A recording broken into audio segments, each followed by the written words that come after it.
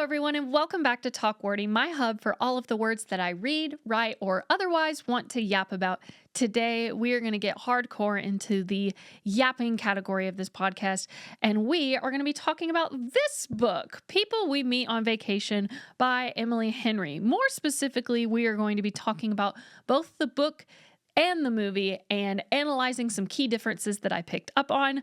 When I was reading this book as of probably like 5 days ago, I read this and then immediately finished, went to bed, and then woke up and watched the movie. So my mind and my comprehension should be somewhat sharp, but cross your fingers and hope that I get through this, because there were some things that I noticed, and honestly, I did enjoy both the movie and the book. And by the end of this episode, after dissecting it a little bit more, we will see if I have determined which piece of media I liked more, the book or the movie.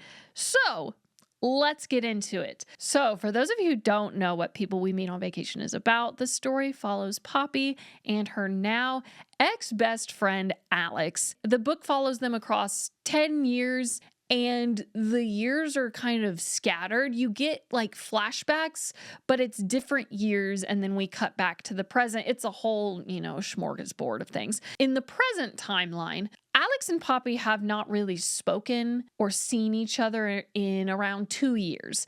At the time, Poppy is a vacation influencer and a travel writer, and she is just in a rut. She has her dream job, but she is unhappy, and she's been that way since she and Alex went on their last vacation together, and their friendship sort of fell apart.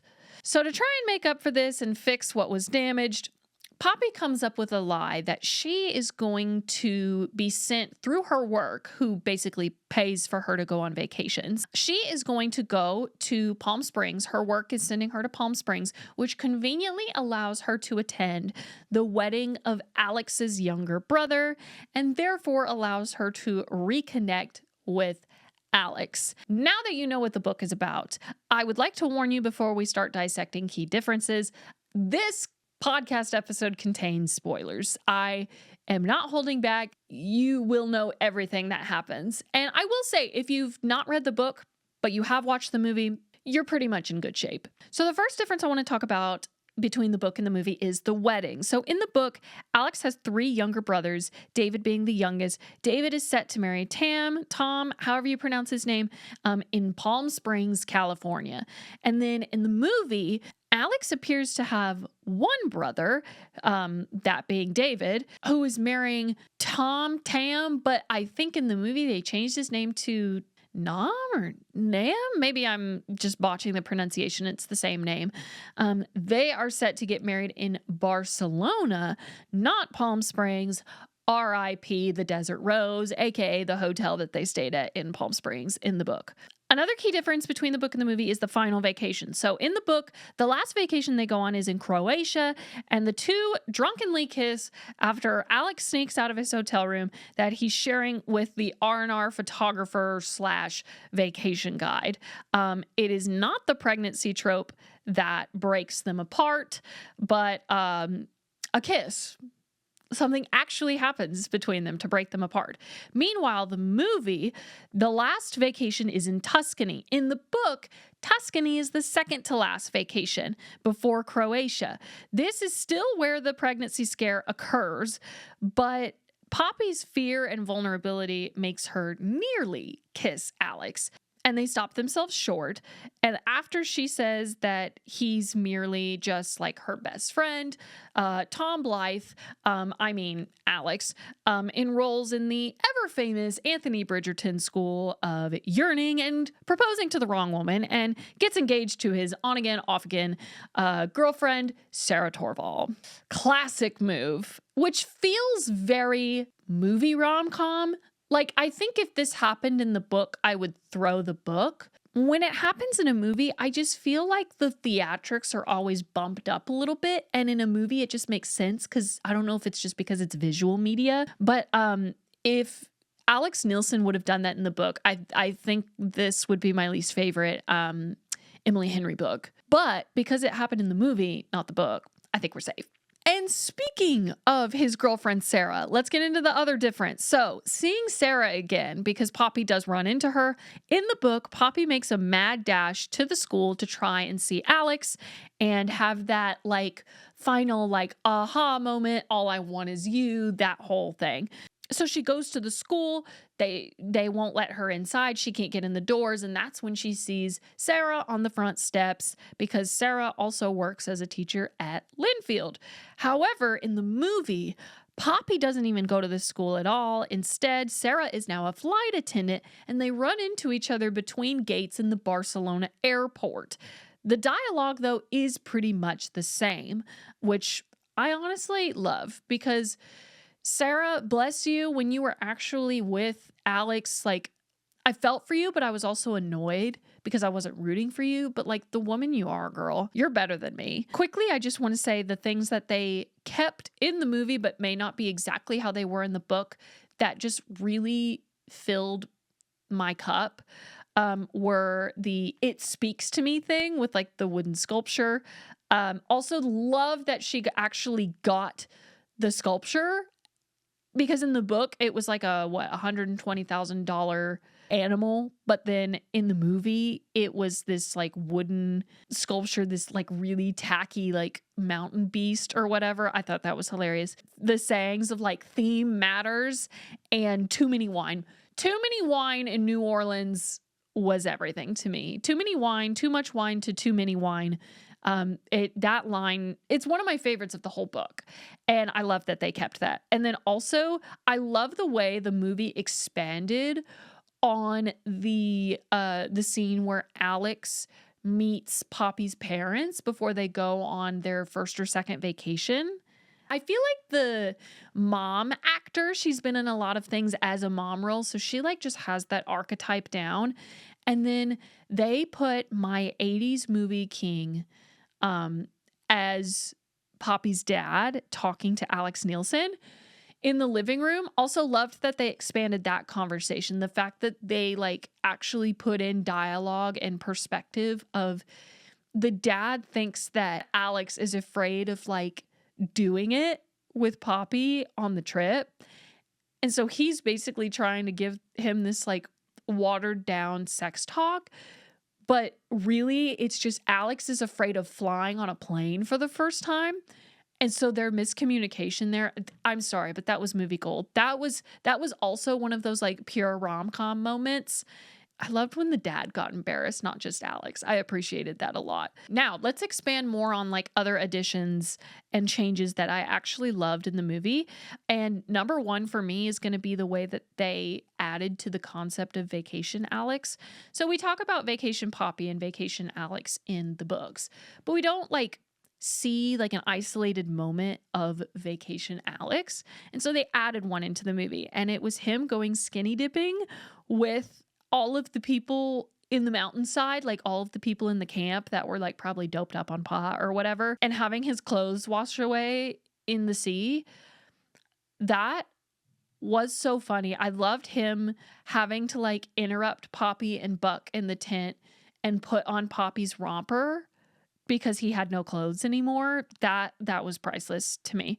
Also, in the book, Buck and Poppy didn't hook up because Poppy was, at the time, she was a virgin and she didn't want to. She was like, I don't want to like throw it around. Like I don't see the point. And it was this whole thing because Buck was like, oh, well then if you're not gonna do that, can I go hook up with this other person? And it wasn't like mean. It was just like blunt. And she was fine with it in the book, but it just kind of like read weirdly to me, just a little bit. I thought it was going to be this whole other conversation of like, you know, standing your ground if you're uncomfortable with hooking up with someone that you don't have an emotional connection with. But honestly, I like in the movie that they didn't hook up because he had a memento mori tattoo on his chest and she just couldn't stop thinking about death. I thought that was funny. I honestly thought it was like more of a better cover up. So I really liked that alteration. I will never not be here for an author cameo. Okay. Even if the book sucks, if I didn't like reading it, if the author isn't a cameo in their TV or movie adaptation from their book, you have personally slighted them, in my perspective. So Emily looked absolutely beautiful in the wedding scene, sitting next to Poppy as a guest. I thought that moment was just so beautiful. It was like the Gen Z version of the millennials seeing Stephanie Meyer at Bella and Edward's wedding. It was everything to me. I loved it. And it was like 2 seconds long, but who cares? Emily dazzled. She looked gorgeous. Also, loved Poppy running after Alex. I love that alteration. Again, pure rom-com energy. That's the other thing that I didn't mention, the literal ending. In the book, it was so much more devastating because in the book, she comes back to Linfield. She tries to go find him at the school. She runs into Sarah. Sarah basically has this like short little conversation with her and then talks about like realization of feelings and blah, blah, blah. And then Sarah directs Poppy to this place called Birdie's where the teachers hang out on whatever day of the week it is. And so Poppy goes there. She finds Alex at this like putt-putt bar or whatever the place is. And she basically professes her love. And then he basically is like, nah, it's not gonna work. And then she like swallows her pride and leaves, breaks down in the street. And then he comes back out and he's like, well, I've been going to therapy too. And my therapist says that I like choose to deny myself the things that I want and the things that make me happy. You're what makes me happy. I should give it a chance. Like it, that's my fault. And then they're together. And in the book, it makes sense. I feel like it gives you that like tug of war feeling, like the will they, won't they, like, oh my gosh. And then the tension kind of immediately, like we go from that, like immediately heartbroken to being in the street, breaking down. He comes back. He decides that they should be together because he wants that. He just denies himself happiness. And then boom, epilogue. And they're living together in New York and it's great and blah, blah, blah, blah, blah. And I don't know. For a book, that pacing makes sense. Or maybe not the jump to the epilogue, but the way that there was like the almost rejection and then them coming together. I feel like in a book it makes sense. In a movie, it would not make sense. At least not for me. At least not as a rom-com. Because I feel like with movies, if you're doing a rom-com, you actually need, if to classify it a rom-com, it needs to contain a lot of It has to have a lot of comedy. And that sort of ending is not comedic at all. Like I don't think I smiled at all until we were halfway through the epilogue for some of those chapters. So in the movie, the fact that Poppy is like running after him and it ties back to all the things that they love and hate. He hates holding hands, but he started to like hold hands with her at the wedding and it was really sweet. And then she talks about she loves nearly everything, but she hates running. And so at the end, the fact that she's running after him and the score behind the footage of her chasing after him and then finally like basically quitting when he's far enough away, but then he has to stop at a stoplight and it gives her time to catch up. The score building when that happened was, it was perfect. It was perfect. Now, here come my critiques and personal bickers. There's really not that many of them, but they do exist. As far as the movie goes, I was sad to not see Betty. I understand that there's a certain amount of runtime that you have to work with, and some things do get left on the cutting room floor when it comes to adapting a book to film. But I missed not seeing Betty. The flashback in the book where Poppy is at dinner with their family, and I think Sarah's there too, but Poppy goes into the kitchen and has this isolated moment with Alex's grandmother, Betty, and she's like, you love him, like you love that boy. And she's like, yeah, I do. And Betty's like, and it's a shame he'll never know. I loved that moment. It was so minimal, but it did so much because it's like the only real admission that we get from Poppy that she loves him. Otherwise, it's like, oh, well, he's my best friend. He's my best friend. It's like she had a cheat code. She had like a cop-out answer. But that was the only time that she really admitted that she loved him. Ugh, I was sad that we did not see Betty and did not see the house, like the interior of the house that Alex now lives in. I did not like the way the movie portrayed Swapna. This is actually my biggest critique. In the book, she was more tender, encouraging, and mentoral. Is that even a word? She was a more of like a mentor figure to Poppy. And in the movie, she just like she suddenly gave a rip at the end. Like she was suddenly sad that she was quitting to go home and like find her bliss. I have a hard time with it because in the book, like from the start, Swapna actually cared and wanted the best for Poppy. And I don't know, I got the impression that Swapna was like in her upper 30s at youngest, maybe like mid 40s, early 40s, something like that. And then on screen, I got the feeling that she was not far off from Poppy's age, which I understand there are different like leadership dynamics and supervisors can be of any age if they work hard enough, but I don't know. They were close enough in age to be buddy buddy, but Swapna didn't act like she was buddy buddy, like she was pressuring. And, I didn't like Swapna in the movie. No hate to her actress at all, but like, I just don't think they've nailed her characterization in the movies. I don't think I've talked about moments that I have loved, and I need to cover those. So, obviously, the car scene of them driving home from college. Oh, yeah, they changed the fact that they didn't go to Cincinnati, they went to Boston College, which I don't know why that was a big deal, but I mean, they changed it, so whatever. Loved the scene. The traffic thing, spilling the entire burrito on his passenger side dashboard. Love, love, love the integration of the music. So, like when she's at the airport and she's singing really loud. Also, soundtrack eats. Love the incorporation of Forever Your Girl. I love when a book mentions that somebody's jamming out to a song.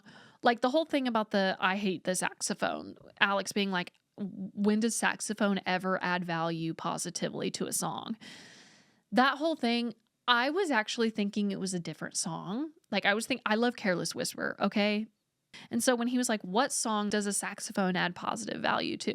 And immediately my answer my answer was Careless Whisper. And then she started playing Forever Your Girl and I realized just how much saxophone was in that song and I was like, "Oh, he makes a point." Alex has a point here. But I love that through line of using the song in the beginning and then all those years later when they're in New Orleans and they dance at that little club and they're being fake newlyweds. Knowing in interviews that Emily Bader is not a dancer, like she's really bad at dancing, and then Tom was over there just cutting a rug.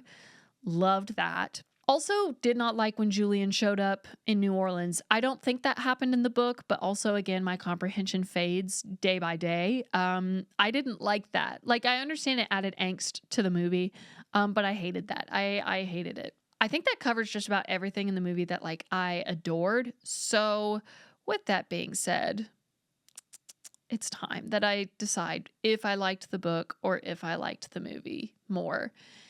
And dare I say it, folks, it's got to be the book.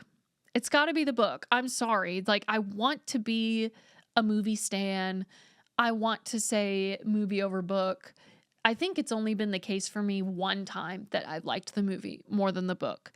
And I won't say what because you guys will probably stone me. But I think I'm going to have to go with the book for this one. Book wins over the movie just because look how thick this book is. A script is not this long. One page of a script equates to 1 minute. And I don't know if you've checked the runtime on that movie, but if I crack open this book and look how many pages it is, this book is 361 pages. And that's like a full page of text, whereas a movie script has like setting descriptions and dialogue tags. You know how a script looks compared to a book page. I would watch a 361-minute long version of these exact details in the book because I absolutely ate this book up. I genuinely read this book in bed, 200 pages in one sitting. And if you know me, I don't really get a lot of time to just sit and read a book anymore, or I used to not have that time, but I'm getting that time back now. And dare I say, this might be a new favorite. This might be a new favorite Emily Henry for me. Do I want to say that People We Meet on Vacation like definitively beats out Happy Place? No. But I'm going to say they're tied because they both have that like travel aspect about them that I really, really like. I love books that take me far away from like my normal everyday life. And I haven't been on a vacation in a while. I kind of have one coming up that I'm excited for. It's sort of a work vacation, but I love books that allow me to get away. So I think my rankings right now would be Happy Place / People We Meet on Vacation. Then we would go Great Big Beautiful Life, Funny Story. Yeah, that sounds right. Which leaves me, I still need to read Beach Read and Book Lovers, which I think a lot of people will be surprised that those are the two that I haven't read versus the rest of her catalog. I started with Happy Place. Happy Place was the first book I read, and I'm not going to say nothing holds a candle to it, but it just did something for me. I was the target audience for that book. Then I read Funny Story, then Great Big Beautiful Life. Then we circled back around to this so that I could read this before the movie came out. And now I need to read Beach Read or Book Lovers. And I don't know which one I'm going to start. I'll read one of the books first. I just don't know which one it's going to be. Well, you guys, that was my People We Meet on Vacation book versus movie rambling. I hope you enjoyed. I hope that you got over the fact that I had a blueprint laid out for this video and it just did not go to plan. So we did our best. I loved this book. If you haven't read this book, even if you've watched the movie, I really encourage you to read the book. There's so many other like really tender moments that you get a lot more context on that was only like glazed over in the movie. In the movie, a lot of things that hold deep meaning and like are repeated as a motif, they're almost like Easter eggs in the movie, which you wouldn't know that they're Easter eggs unless you had read the book. So I encourage you to go read the book. I know I've spoiled a lot of it for you, but you should still read it anyway because it's really good. And it actually blows my mind that a lot of people put this as their least favorite Emily Henry book. Can't be the case here. I don't understand it. Thanks again for listening, you guys. And until next time, I will see you in the next one.